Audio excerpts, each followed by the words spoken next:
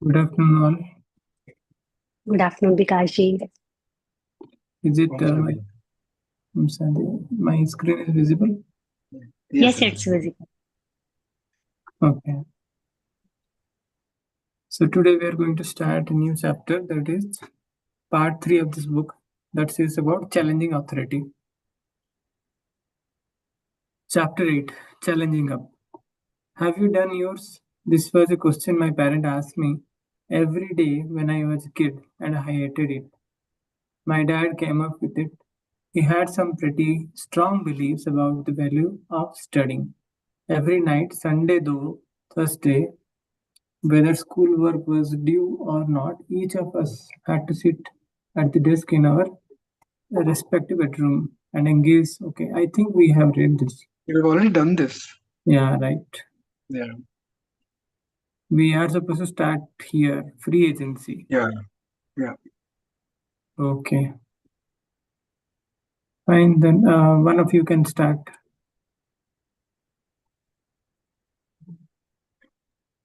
Yes, Okay, Nihai. Bikash. Yeah, Yeah. please Ji, do. Ramesh ji, you do. Yeah, No, it's okay. You start, Manji.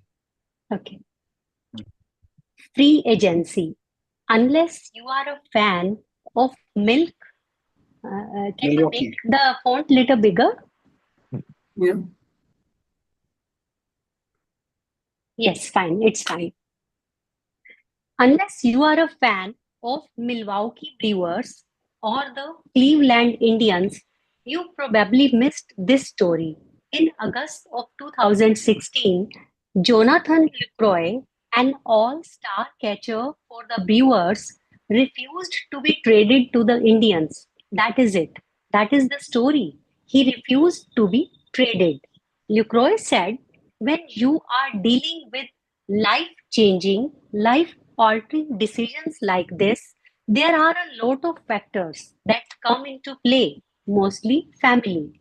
The other half of that is your future in this league and your career.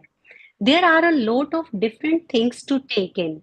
Whenever those things don't line up, decisions have to be made.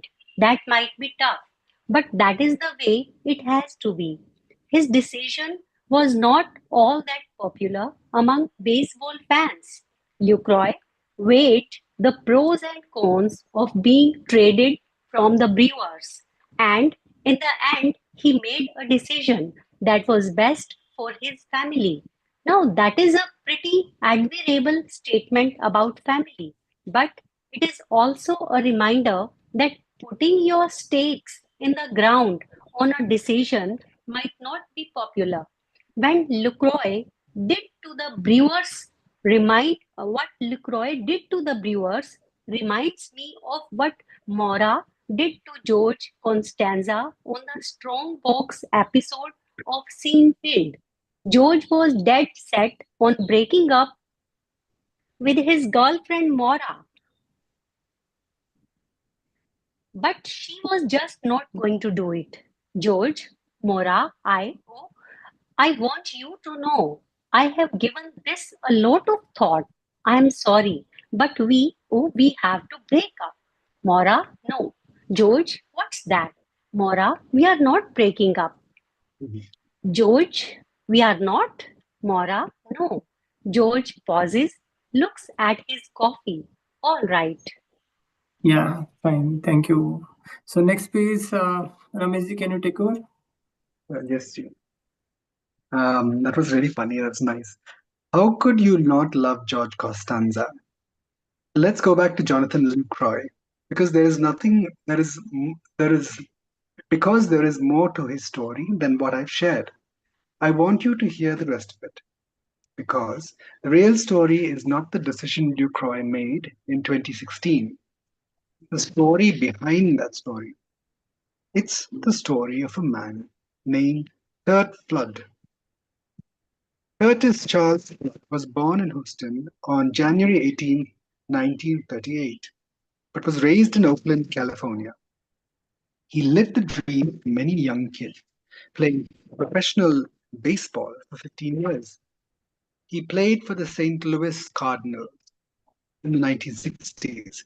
made three All-Star teams, won the Gold Glove for fielding for 7 consecutive years, and batted over 300 for seasons.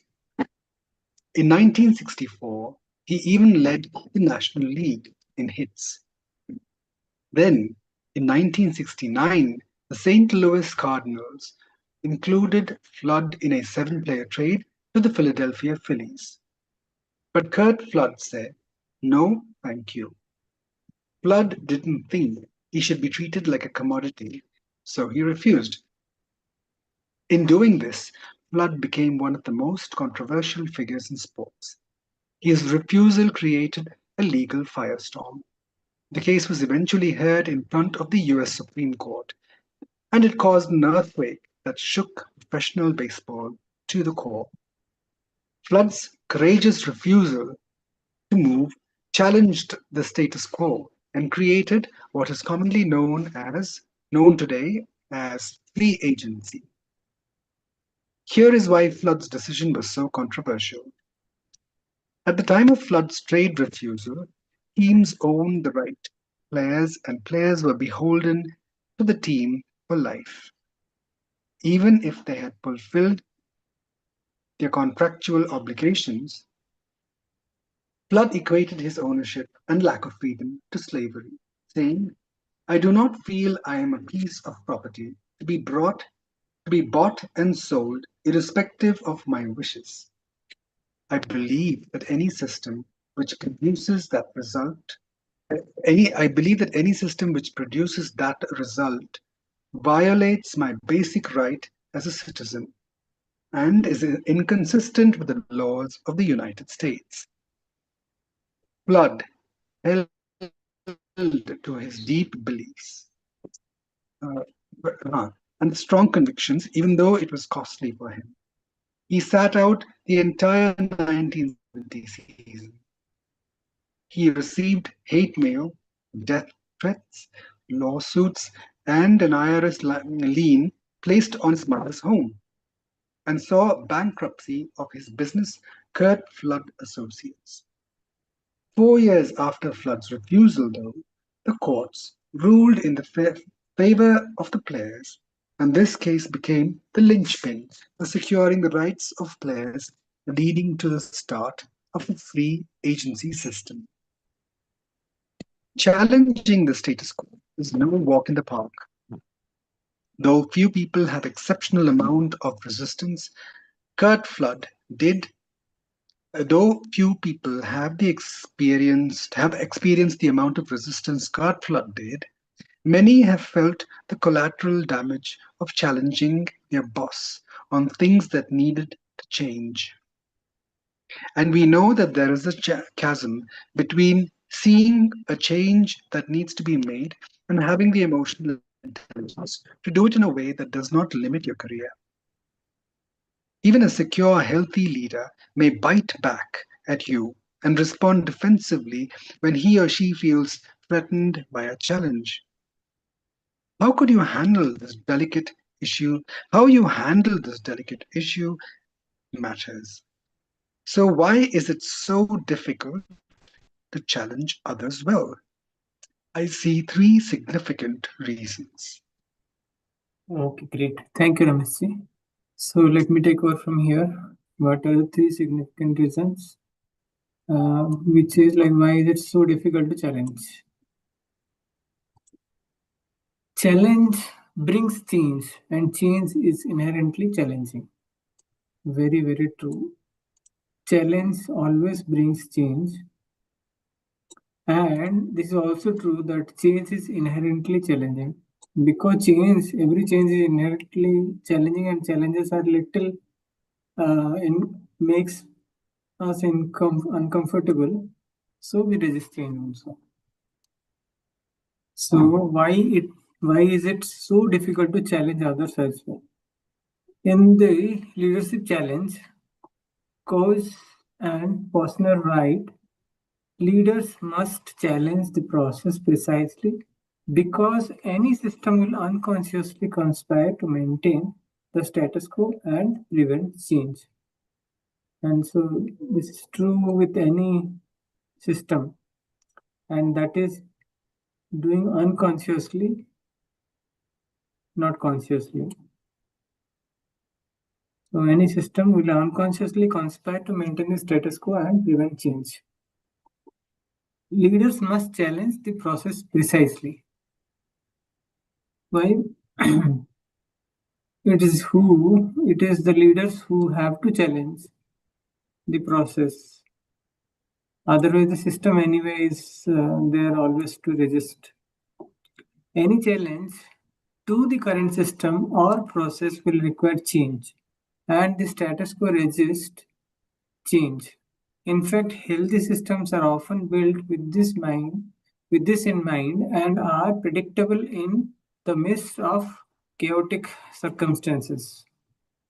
Oh, healthy systems are often built with this in mind, कि the process will require change and that will always resist the change, and that is already there in the mind, and that is kind of agreed, defaultly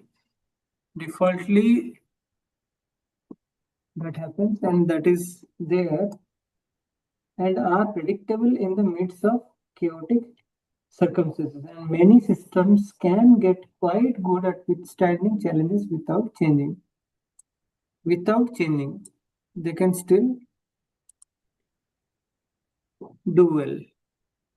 I have even noticed this about myself. The older I get, the more I resist change. I think we all can relate to it. Yeah. When we are a child, it's always easy to change and we always enjoy it. But as the age grows, unconsciously we fall into this trap and we resist the change. We don't like to explore many things. We try to be in the comfort zone. Moreover, maybe we resist the failure because change can lead us to fail. Fail the current system and the new system is always unknown. One of the reasons this is true is that I really like the way I see the world. My friend Rodney is one of the pastors at our church, and he thinks all of us are addicted to the way we see the world. So true, very, very true. He thinks all of us are addicted to the way we see the world. This builds the perception actually, and we are addicted the way with our perception, the way we see the world, we see in that way only. We're addicted. I think he's right. It's as if we are intoxicated by the way we think, the way we do, the way we process. We are all attracted to opinions that validate the way we see life, and we resist opinions that disagree with the way we see things. With the way we see things. It's why people are committed to CNN and opposed to Fox News. Oh, this I'm not sure why people are committed to CNN but opposed to Fox News. This is also not very popular. He's saying we are all attracted to opinions that validate the way we see life, and we resist opinions and disagree with the way we see things. Yeah, that is also very true. Maybe CNN is aligned with that, so it's very popular. But Fox News is more blunt. Or the other way around. Okay. It can be anyone who is doing the hearing opinions that differ from the way I see things feels like rejection, which is why I resisted change. Hearing opinions that differ from the way I see things feels like rejection, which is why I resist change. So let's reflect for a minute. I think we all can relate to our own life and see where we are trying to differ or trying to not agree the opinions that is little different from our own perspective. That is, those are the things which we reject because, or we reject because we feel that is a rejection. When someone says something different from the perception that I have, that feels like a rejection, and we change, we resist that change. Hearing that I have a need for change is a form of rejection. This is also very true. If someone says us that you need to change, that means we are not we are assuming that the current system is not proper. The way I am behaving or I am conducting myself is not appropriate. That's why the other person is asking for us for a change in us, and that is form of a rejection. You are telling me that something about me is wrong. It needs to go, and I don't like that. There was a time in my life when change was the norm. I barely even noticed it or thought about it.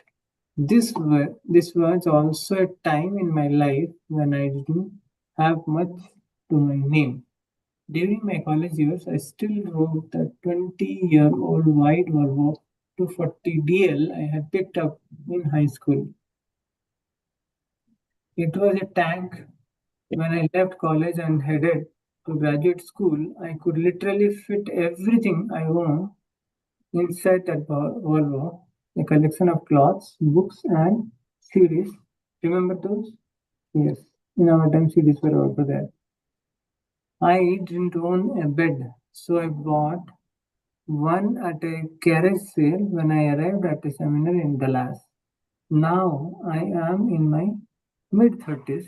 I live on a cul-de-sac, Well, own a, yeah, own a minivan, and my most beloved possession is the Character Club 500 thread count seat on our king size bed. This is the most beloved possession of him. Charter Club. Where it is from here, no? I Yeah. know, I know what some of you are thinking. I have grown soft in my old age. Well, you are right. I have, and so have my seats. Okay. I bring all of that up because it's worth tucking away in the back of your mind. Challenging someone is threatening because it calls for change. Challenging someone is threatening because it calls for change. And no matter who you are, change is not easy. All of us are in search of the path of least resistance, and when we find it, we cling to it like a box of little babies. There is nothing wrong with you because you want to challenge the way things are done. There is nothing wrong with you because you want to challenge the way things are done. It's quite normal for a leader to feel this drive, but there is nothing wrong with your boss either just because she seems allergic to change. That is also acceptable. We should be in acceptable mode. All of us have a sizable magnet in us that pulls us towards the way things have always been done. Do not forget that. Recently, I saw a bumper sticker that said, "There are two things I hate, things and the way things are." And your boss was driving that car. So what he said is, this quote says, "There are two things I hate, change and the way things are." Both, both of the things he hates. Mm. and your boss was driving that car. Mhm. On that car, the sticker was there where this quote is mentioned. So this quote, like, indicates what boss likes to see on his mentality. And your boss was driving that car. Mm. So feel free to share your thoughts around the things that we have read today.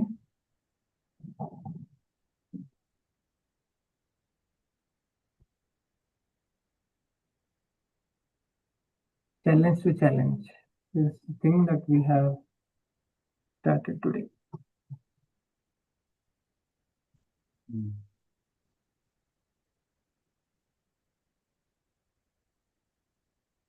Anyone wants to share?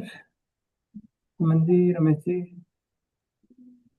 Yes, that's very true that whatever perceptions we make in our mind or what sanskaras we get from our elders, then it is very hard to change. We take it that the things should go like that way only. And when our children or the new generation, maybe they may have their own opinion in a very good way. The evolution happens like this only.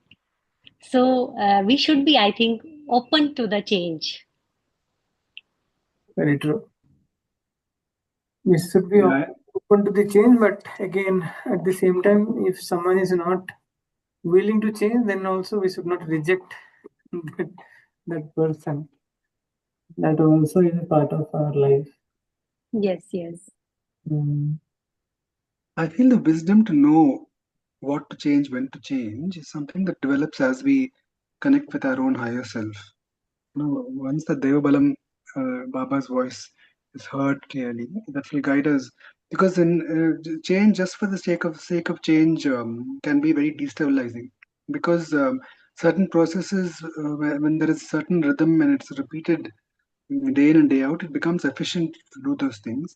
And what needs to be changed has to be changed. But the wisdom to know when to change and when not to, and what to change and what not to, I think really kind of comes when one becomes more and more connected with the higher self. Then the leadership quality will basically channel the divine energies. Whatever, I mean, change is the only constant. We all know that. In Sanatana Dharma, it's very clear. So, I think what to change, when to change, I think that is important to know. very true. Leaders must be agents of change. Yeah, If we not want to about, be a good leader, then we should always in the side of changing the current yeah, system the way it is working and make a better one. something It more is dharmic. motivating, freeing, confirming, and challenging all at the same time. Yeah. It should be motivating and freeing and confirming and challenging also at the same time. It is a leader's job who need to ensure all these characteristics when he or she is promoting the change. But just knowing that does not mean it is any easier to determine how to do it in your organization. So, this chapter is about how you do this. It's about the leader's responsibility to challenge well. Challenge well. Just like that, we should not be challenging. In the right perspective, with the right context, with the right mindset, we need to challenge. Hmm. And that is the leader's responsibility. Otherwise, the change will be registered to such an extent that we can hardly do any good. Yeah. Because the thing, maintaining status quo, it is a natural thing, tendency for everybody. Because once you get a process falls into place, we can blindly follow it without doing any work, extra, putting in any extra effort. But if the system starts degrading and it is not dharmic anymore, it is not aligned to the constantly changing universe, then one must have the wisdom to change it. I feel if we really are connected with a higher self, it won't be that difficult. I mean, I know sometimes it may seem very tough for some people to accept change when we are all, set into a simple, I mean, into a rhythm. But I think if it's driven by our higher consciousness, then if it has to be done, it just has to be done. And that conviction and strength comes when we surrender to the higher. Very true. Then this person says that many have felt the collateral damage of challenging their boss on things that need to change. So if the boss is not pro of change and the team member wants the change, then there could be a possibility of collateral damage. How Yeah, to that's why when he says, especially here, that there's a chasm between seeing a change that needs to be made and having the emotional intelligence. That is the Mm, key. For me, mm, that is where it pops out. That higher wisdom. yes, That only gives you the emotional intelligence, because even a secure, healthy leader can bite back if you just suddenly and respond defensively. If they feel threatened or challenged. But once wisdom sinks in, they may also actually embrace it. yes, very true. So the delicately balance comes from that. Mm. But And this also it's we need really to, very difficult. yeah, difficult but possible also. Yeah. We need to just be conscious of the things that how actually the other person would take it. And if we can wear the shoe of the other person, then we can be emotionally intelligent enough to deal with the situation in a very professional, a very nice way. And this also we Yeah. need to this particular line also is very true, and very much we need to keep this in our mind that all of us are addicted to the way we see the world. This addiction is not a healthy addiction. If Mm. we are only seeing the way we are addicted to see the world, then we will not be able to see the change that is needed to be brought to the system, to be transformed to the next level. So we need to come out of the cocoon. It is like self-defeating otherwise. And this line is also very nicely he said. Don't forget that recently I saw a bumper sticker where the car, which is my boss, which was my boss driving, and what is written? There are two things I hate: change and the way things are. Everything is acting. Living between the devil and the deep sea. They can't do this or not that. Yes. Okay. It will be more elaborated in the next next section. Looks Mm. like the boss will take. So we But will there are so many see. people who are like that when they're not at trupti or with life, not satisfied with life. Then anything and everything can disturb them. They won't like change, yet they don't like the way things are. Right. And life is a hell for them.